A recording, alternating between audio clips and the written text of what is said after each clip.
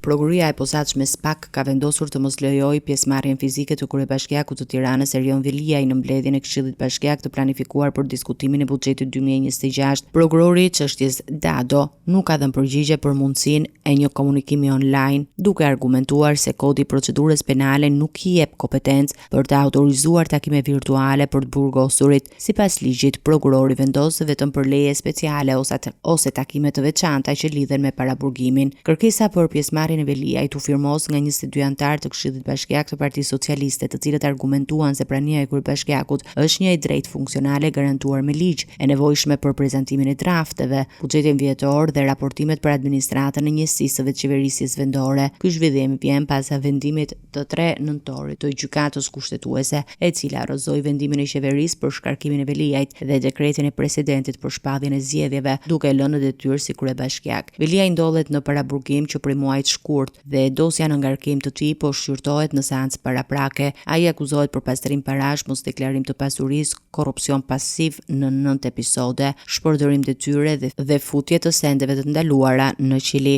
Vendimi i SPAK ka rëndësi të veçantë për procedurën e Këshillit Bashkiak dhe vijimin e punës administrative në Tiranë.